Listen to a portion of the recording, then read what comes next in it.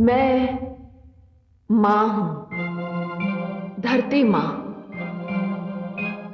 शिक्षा जीवन की कितनी बड़ी आवश्यकता है, इसका प्रमाण यह है कि विष्णु का अवतार होते हुए भी श्री राम को शिक्षा लेनी पड़ी। न केवल शिक्षा लेनी पड़ी, बल्कि शिक्षा के लिए राजभवन को भी त्यागना पड़ा। शिक्षा जितनी बालकों के लिए आवश्यक है, उससे भी अधिक कन्याओं के लिए आवश्यक है, क्योंकि यह एक सत्य है कि यदि मां शिक्षित होगी तो संतान को भी शिक्षा की महत्ता समझा सकती है। यही कारण है कि एक ओर दशरथ की मनोकामना थी कि श्री राम और उनके शेष सभी पुत्र शिक्षित हों, तो दूसरी ओर राजा जनक को भी यही चिंता थी कि उनकी पुत्री सीता को संसार की सर्वोत्तम शिक्षा मिले। शिक्षा की महत्ता को तो केवल रावण ने नकारा, परंतु सीता के रूप में माता लक्ष्मी को कौन शिक्षा देगा और क्या शिक्षा देगा, यह जानने को मैं बेचैन हूं। ब्रह्मर्षि गौतम पधार रहे हैं।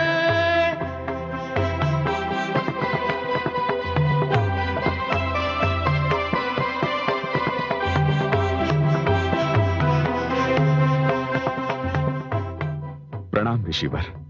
आयुष्मान भव। ऋषिवर, जनकपुरी आपके चरणों के स्पर्श से धन्य हो गई। आइए।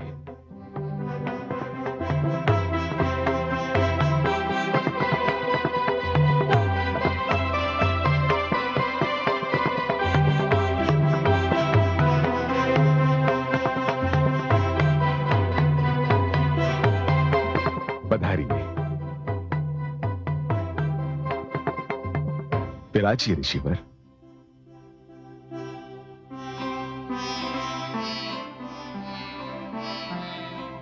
महाराज, आपकी वो भूकन्या कहां है जिसकी संसार में धूम मची हुई है? ऋषिवर, वो भूकन्या तो अब जनक दुलारी बन चुकी है। मेरी आंखों की पुतली, मेरे मन का चैन बन चुकी है। अब बस ऋषिवर, आती ही होगी। पिताश्री। लीजिए ऋषिवर, आ गई।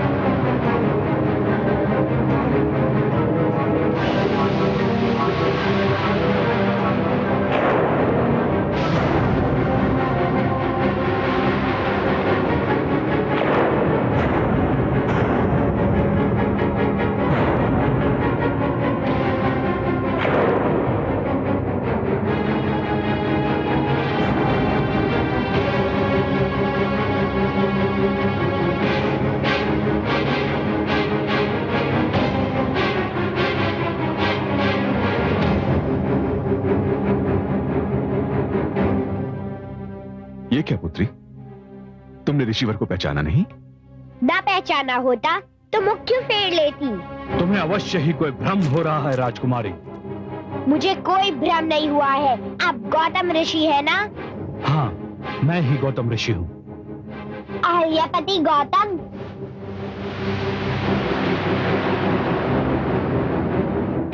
वही ऋषि गौतम ना, जिन्होंने अपनी देवी समान पत्नी को श्राप देकर पत्थर में बदल दिया था।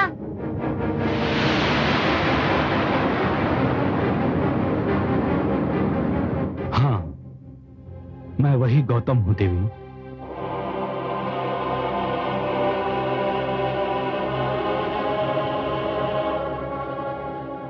पुत्री, पुत्री ये मत भूलो कि ऋषिवर का समस्त संसार आदर करता है।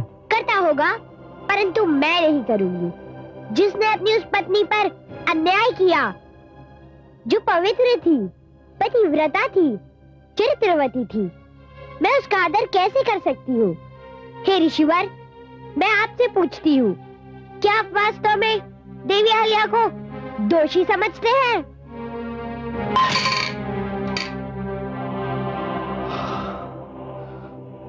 नहीं, किंतु मैं अब कुछ कर नहीं सकता। उसे शाप देने के पश्चात मैंने सोचा कि शाप तो मैंने उसे दिया था, किंतु उसका लक्ष्य मैं स्वयं बन गया, क्योंकि उस शाप को मैं लौटा नहीं सकता था। मेरा जीवन दुख और अकेलेपन की अग्नि में जलता रहा।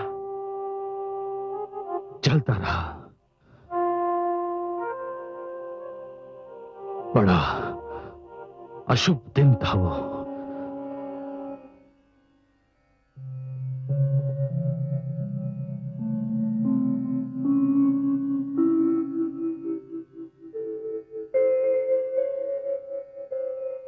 स्वामी,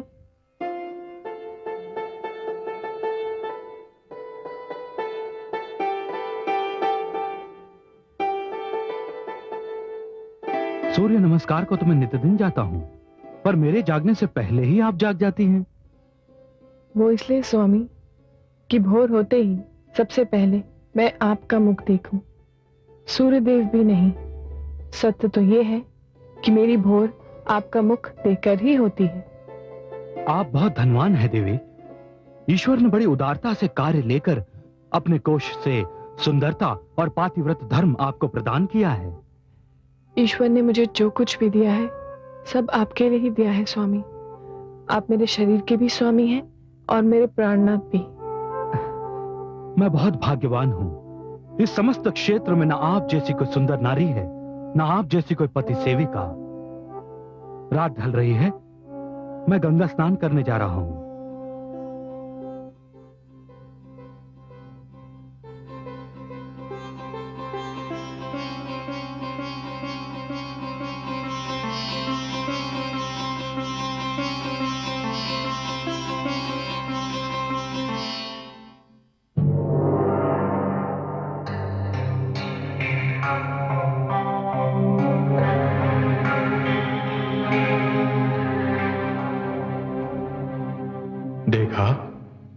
देखा आपने चंद्रदेव, कितनी सुंदर नारी है अहल्या,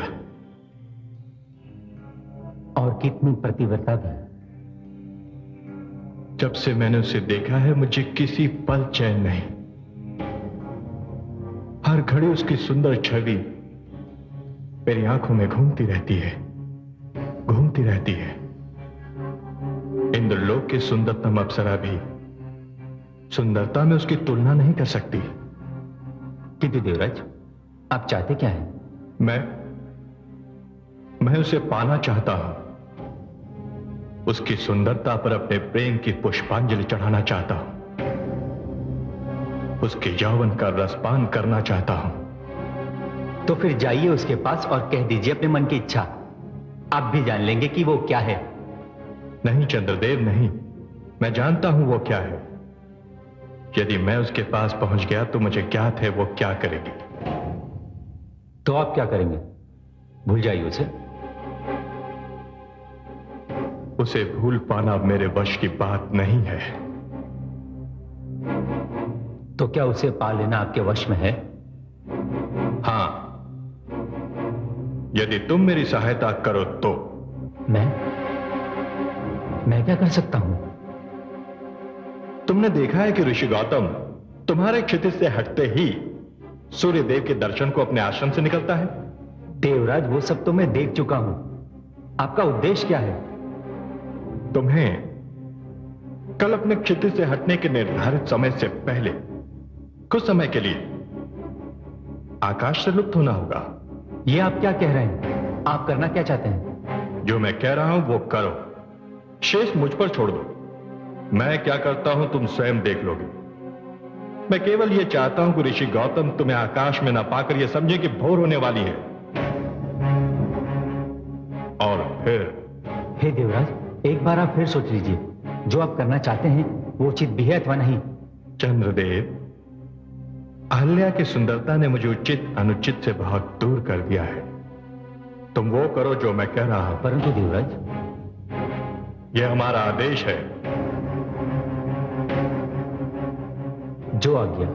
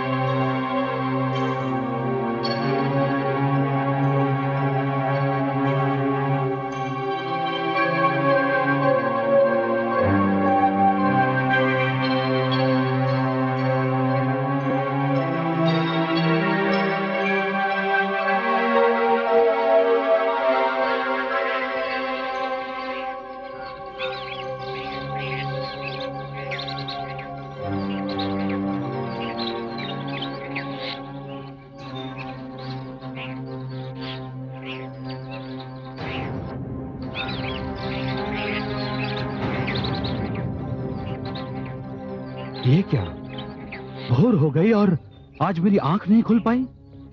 मुझे भी आश्चर्य है स्वामी, आज रात इतनी शीघ्र कैसे ढल गई।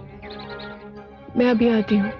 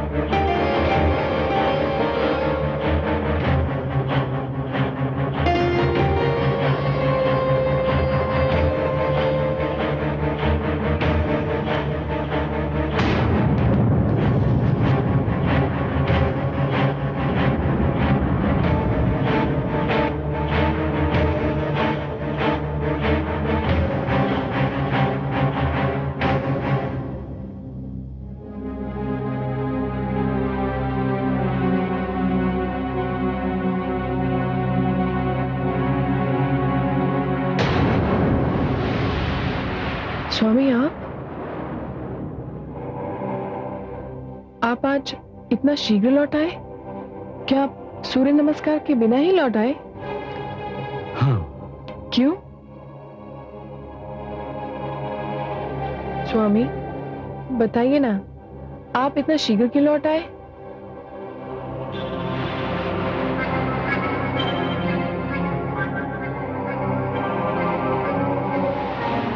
सूर्यदेव के दर्शन को जाते जाते मुझे आपके मुख चंद्र का ध्यान आ गया। मैं विचलित हो उठा।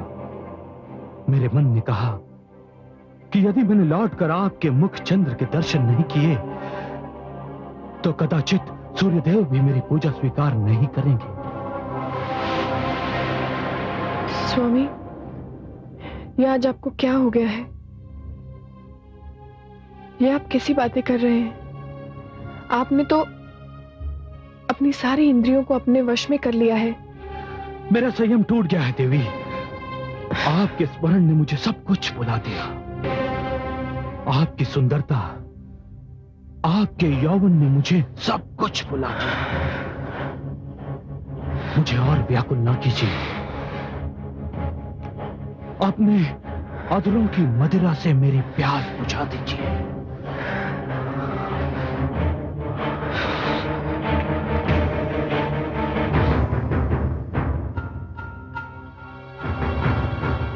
मुझ में देवराज के आदेश की अवहेलना करने का साहस नहीं था, किंतु मेरा मन मुझे धिक्कार रहा है।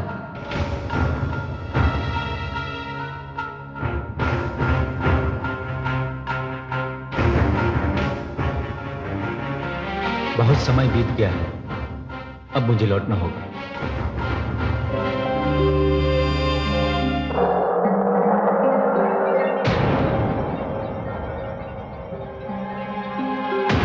शरण्ये त्र्यंबके गौरी नारायणी नमोस्तुते। अरे ये क्या, चंद्रदेव?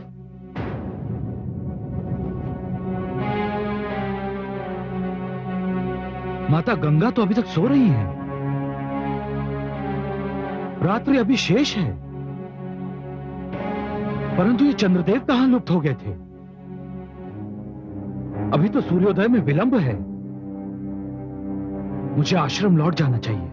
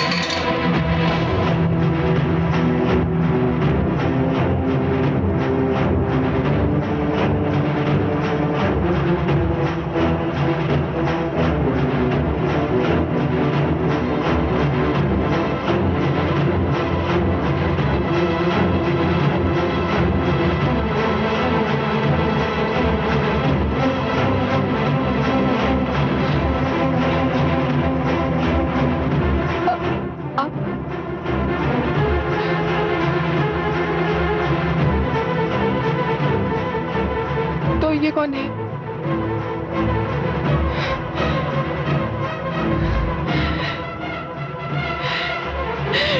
ईश्वर, ये क्या हो रहा है?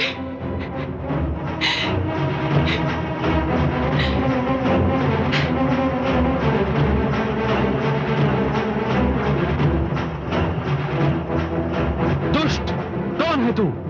अपना वास्तविक रूप दिखा मुझे। तो ये तू है इंद्र?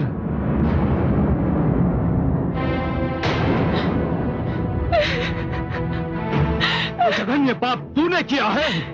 जा, मैं तुझे शाप देता हूं कि जिस वास्ता ने तुझे ये पाप करने पर विवश किया था, तू आज के उपरांत उसके योग्य ही नहीं रहेगा। दूर हो जा मेरे सामने से, दूर हो जा।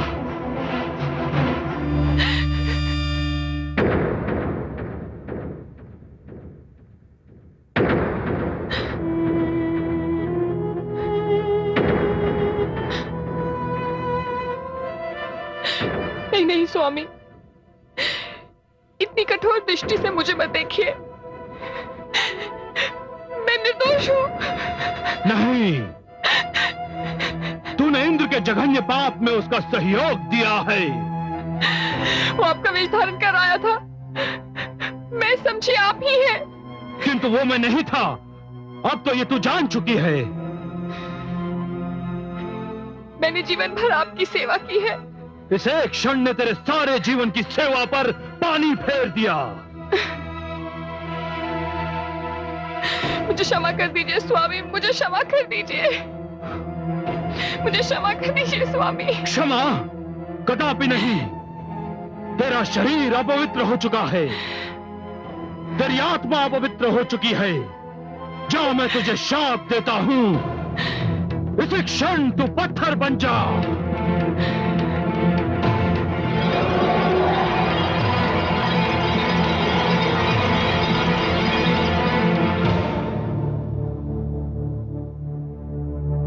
और फिर मैंने वो आश्रम छोड़ दिया,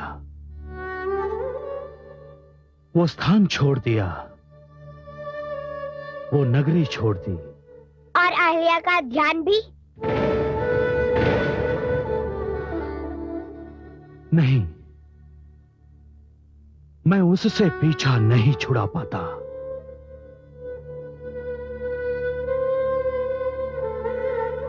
मैं आपसे एक प्रश्न पूछती हूँ ऋषिवर। ये जानते हुए कि देवी अहिल्या के साथ छल हुआ था, इंद्र ने उन्हें भ्रम में डाल दिया था, सारा दोष देवराज का था, देवी अहिल्या निर्दोष थी, आपने उन्हें शाप क्यों दिया? मेरे पास इसका कोई उत्तर नहीं है राजकुमारी। मेरे पास है। आपने ऐसा इसलिए किया क्योंकि वे नारी थी। पुरुष समझता है नारी का कोई अस्तित्व नहीं, कोई सम्मान नहीं, वो दासी है, उसका कार्य सिर झुका के पुरुषों की आज्ञा का पालन करना है। पुरुष कुछ भी करे वो स्वच्छंद है, स्त्री भूल कर भी कोई भूल कर बैठे तो उसे दंडित किया जाना चाहिए। मैं सत्य कह रही हूँ ना ऋषिवर? मेरे पास इसका कोई उत्तर नहीं है राजकुमारी। मैं कुछ नहीं कह सकता, मैं कुछ नहीं कह सकता। तो ऐसे व्यक्ति को ना मैं गुरु मान सकती हूँ, ना उसका आदर कर सकती हूँ।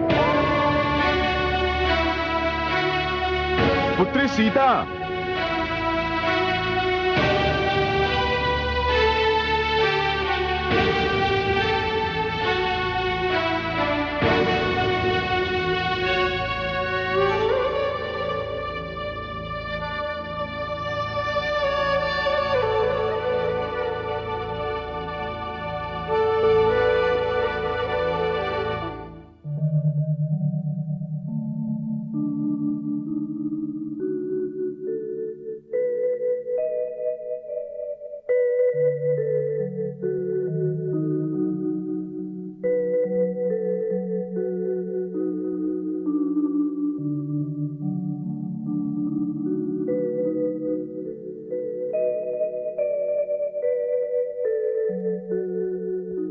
स्वामी, अभी अभी तो भोर हुई है, आप कहां से आ रहे हैं? क्या सूर्य नमस्कार के लिए गए थे? नहीं, सूर्य नमस्कार के लिए नहीं प्रिय, अपने चांद के दर्शन के लिए गया था। चांद के दर्शन को? ओह, तो ये कहिए आप पुत्र राम से मिलकर आ रहे हैं। उससे तो आप किसी भी समय मिल सकते हैं। इतनी प्रातःकालीन घड़ी में जाने की क्या आवश्यकता थी? नहीं प्रिय, मैं उस समय नहीं जाना चाहता जब उसकी शिक्षा का समय हो, उसका ध्यान बटेगा। मैं ऐसे समय जाता हूं जब उसे मेरे आने की सूचना भी नहीं होती, और मैं चुपके से उसे देखकर लौट आता हूं। आप अकारण इतने व्याकुल रहते हैं। ऋषि वशिष्ठ का आश्रम अयोध्या ही में है, हमारा पुत्र हमसे है ही कितना दूर। राम से मुझे इतनी सी दूरी भी सहन नहीं होती प्रिय। उसे एक दिन न देखो तो मेरे प्राण पर बनाती है। उससे ये छोटा सा वियोग भी मेरे लिए असहनीय है।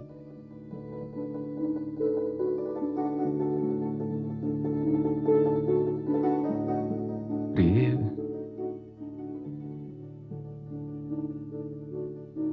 मुझे इस वियोग शब्द से बड़ा भय लगता है।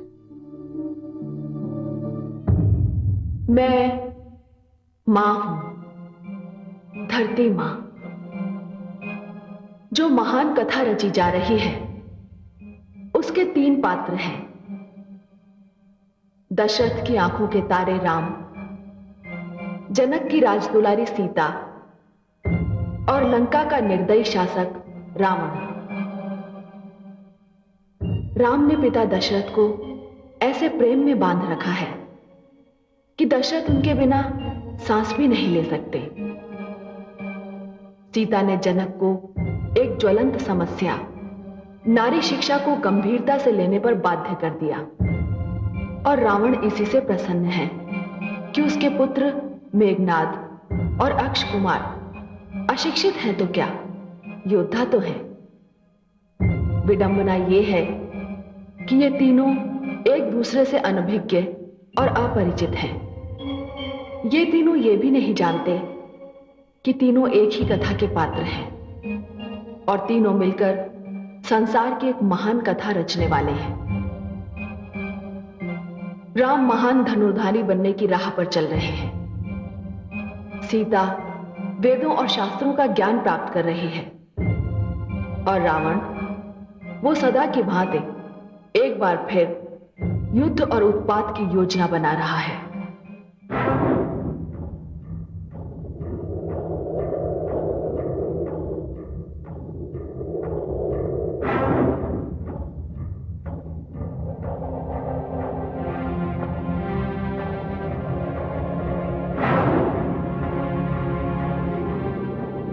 आइए नानाश्री, आओ पुत्रों, मैं तुम्हारी ही प्रतीक्षा कर रहा था। मैं आप सबसे एक परामर्श करना चाहता हूं। तुम्हें हमसे किस विषय में परामर्श चाहिए वत्स? नानाश्री, मैंने देवलोक पर असुरों की विजय पताका फहरा दी और देवताओं को बता दिया कि मैं रावण हूं। और अब मैं मानव लोक को भी बताना चाहता हूं कि मैं रावण हूं। मैं रावण हूं नानाश्री, रावण। पिताश्री, यदि कुछ दिन युद्ध ना हो तो हम तो जीवन से उबने लगते हैं। हमें आज्ञा दीजिए पिताश्री कि हमें मानव लोक पर कब आक्रमण करना है। मैं तो चाहता हूं कि इस शुभ कार्य में तनिक भी विलंब ना हो। मैं तुम्हें त्रिलोक विजेता के रूप में देखना चाहता हूं। मेरी कामना है कि तीनों लोक तुम्हारे पैरों तले हों और तीनों लोकों पर असुर संस्कृति की भव्य पताका फहरा रही हो। किंतु आयु और अनुभव कहते हैं कि सोचा समझा विलंब बिन सोची समझी शीघ्रता से अधिक उत्तम होता है। तो आप ये कहना चाहते हैं नानाश्री कि मेरी ये इच्छा कि मानव लोक पर आक्रमण करने में विलंब ना हो अनुचित है?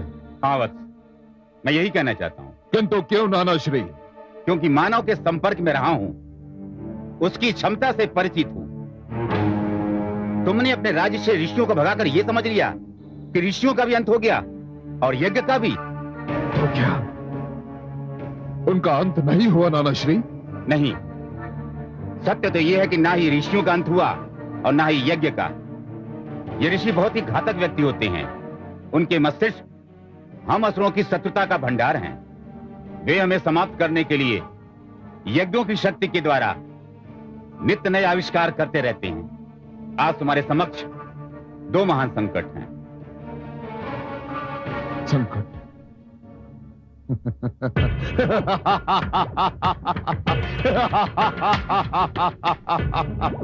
मेरे लिए संकट? लंकापति रावण के लिए, स्वर्गाधिपति रावण के लिए? नानाश्री, मैं स्वयं संकट हूं। कदाचित तुम अयोध्या के राजा दशरथ को भूल गए। उसे कैसे भूल सकता हूं मैं? उसे कैसे भूल सकता हूं मैं नानाश्री? उसे कैसे भूल सकता हूं मैं? मुझे उससे अपनी पराजय का प्रतिशोध लेना है और यह प्रतिशोध मैं लूंगा। अब तो मेरी शक्ति दुगनी हो गई है नानाश्री, क्योंकि मेरे पास दो योद्धा पुत्र हैं। तुम्हारे दो पुत्र हैं तो दशरथ के भी चार पुत्र हैं। वे चारों भी महान योद्धा बनने की तैयारी कर रहे हैं। विशेषकर राम। राम तो तुम्हारे लिए महान संकट सिद्ध हो सकता है।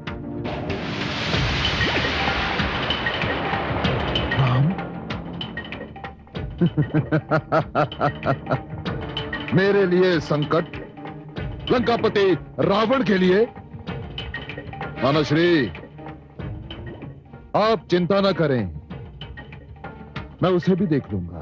लंकेश, मेरी बात सुनो। दशरथ के पुत्रों के बड़े होने में अभी समय है, किंतु इस क्षण तो तुम्हारे लिए महान संकट विश्वामित्र खड़ा कर सकता है। विश्वामित्र? कौन विश्वामित्र? वही विश्वामित्र जिसने तुम्हारे राज्य से भागे हुए ऋषियों को अपने आश्रम में आश्रय दिया है। वो यज्ञ द्वारा ऐसे शस्त्रों का आविष्कार कर रहा है जो समस्त असुर लोक को भस्म कर सकते हैं। कैसे शस्त्रों का आविष्कार कर रहा है वो? ये तो मैं नहीं जानता, किंतु वो महान वैज्ञानिक है और मैं इतना जानता हूं कि वो कोई विशेष शस्त्र बना रहा है। पुत्र मेघनाद,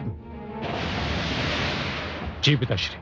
शीघ्र उस विश्वामित्र के आश्रम में जाओ और पता लगाओ कि वो कैसे अस्त्र बना रहा है। जाओ, शीघ्र जाओ। जो आज्ञा पिताश्री।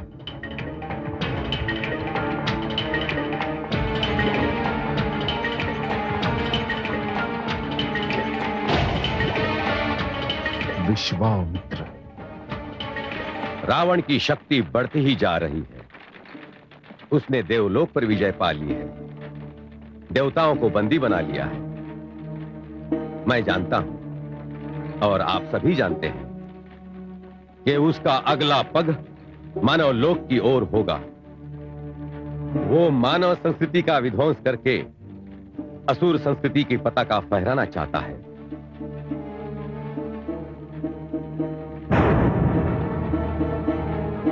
उसने यज्ञ बंद कराने का प्रयास किया है, क्योंकि यज्ञ की शक्ति से वो भली भांति परिचित है। उसके साथ मेघनाद और अक्ष कुमार जैसे योद्धा हैं। उसे परास्त करना इतना सरल नहीं।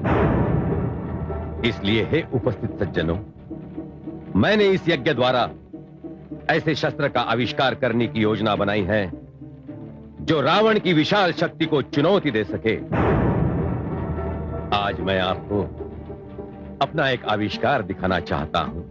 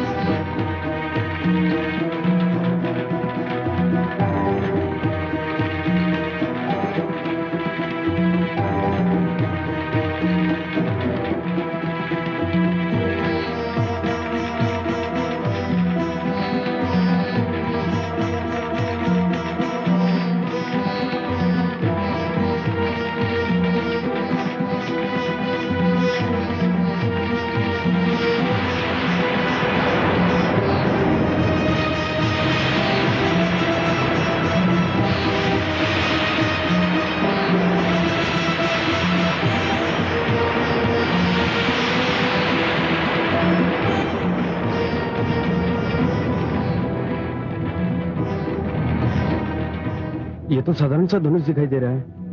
क्या हम इससे रावण की विशाल सेना का सामना कर पाएंगे?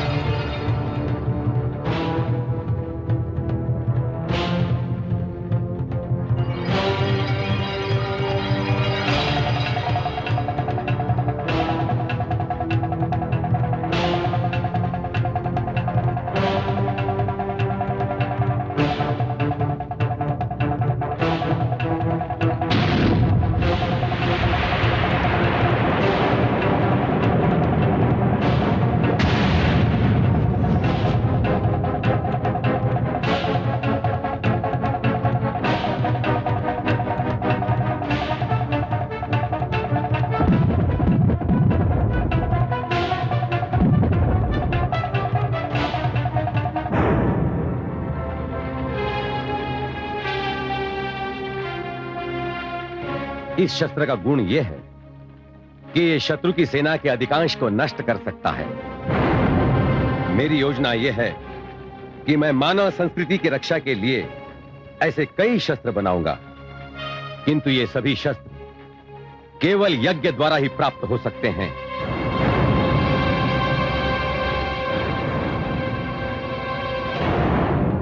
इसलिए हमें प्रतिदिन यज्ञ करना होगा।